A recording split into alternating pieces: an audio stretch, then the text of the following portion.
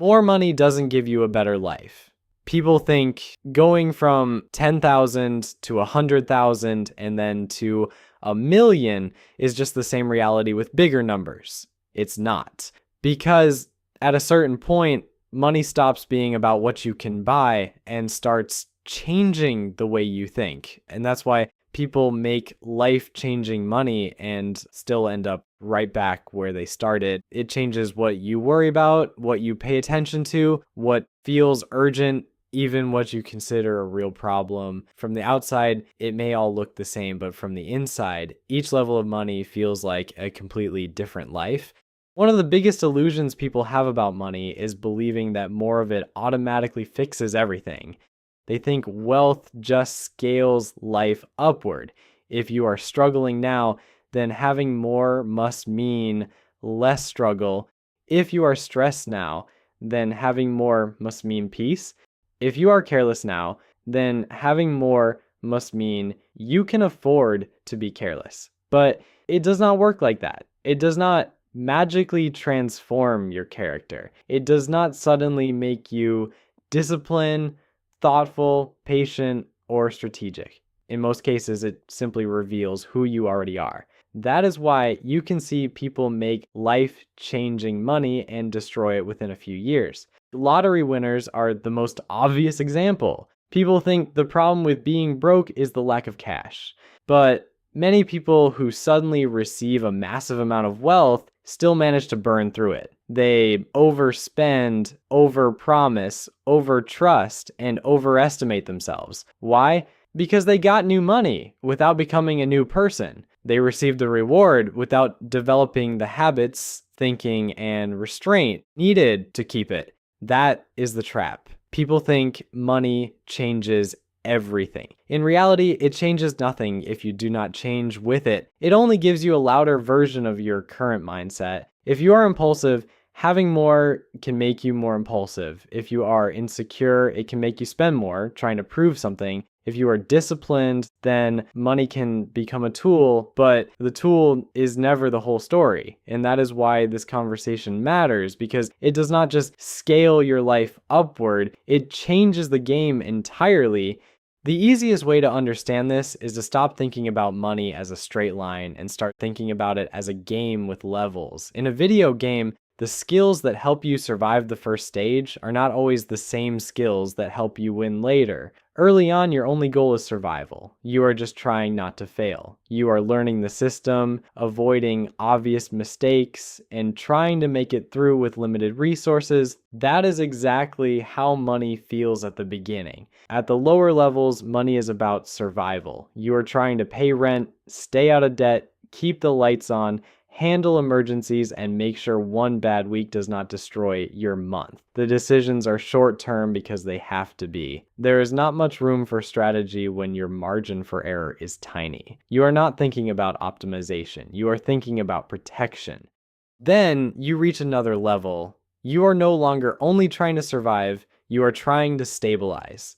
Now, the game changes. You start thinking about savings, emergency funds, consistency, and control. You begin to realize that money is not only about getting through the month, but creating enough breathing room so that life stops feeling like a constant financial ambush. That is a different level, and it requires different behavior. Then, if you keep going, you hit another shift. Money becomes less about immediate security and more about strategy. Time enters the equation in a different way. You stop asking, can I afford this today? And start asking, what does this decision cost me over the next 5 years? You think about leverage, opportunity cost, positioning, taxes, compounding, and preserving momentum. And that's where most people get stuck. Same thinking, new level. It doesn't work. But every level has its own logic. At one stage, caution keeps you alive. At another, too much caution keeps you small. At one stage, working harder makes the biggest difference. At another, working smarter matters more. At one stage, avoiding losses is the priority. At another, Missing opportunities becomes more expensive than small mistakes. And that is the point most people miss. They think they are playing one long game with one set of rules. They are not.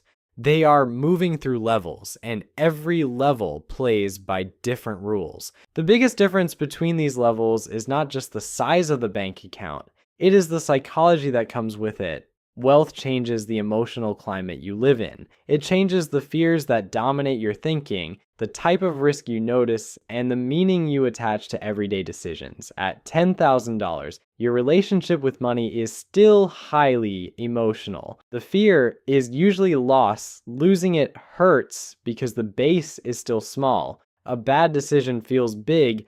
An emergency feels threatening. A wrong move feels personal. So your brain becomes hyper alert. You do not just think about it, you feel it when you spend, when you save, when you invest, and when you hesitate. At $100,000, the fear changes. It is no longer only about losing everything. Now it becomes more about making the wrong decision. You start thinking more about direction. Are you allocating properly? Are you wasting time? Are you growing in the smartest way?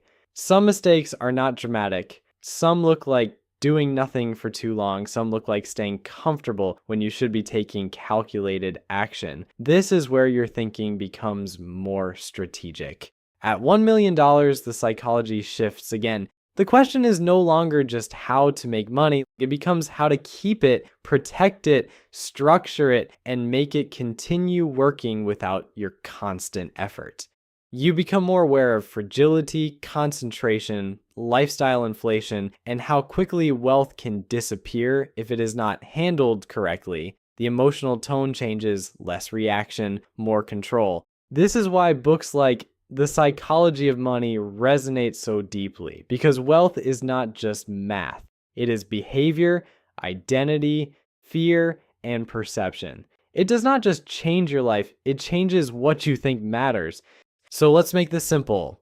3 levels, 3 completely different realities. At $10,000, the dominant theme is survival. Decisions are short-term, emotion is high, everything feels urgent, you are reacting. At that level, one unexpected bill can throw everything off. A broken car, a medical expense, a missed paycheck, and suddenly everything feels unstable again. Money doesn't feel like progress. It feels like something you're constantly trying not to lose. At $100,000, the dominant theme becomes control. You think further ahead. You plan, you build consistency. Progress starts to look boring, but that is exactly what makes it work. You are no longer reacting, you are directing.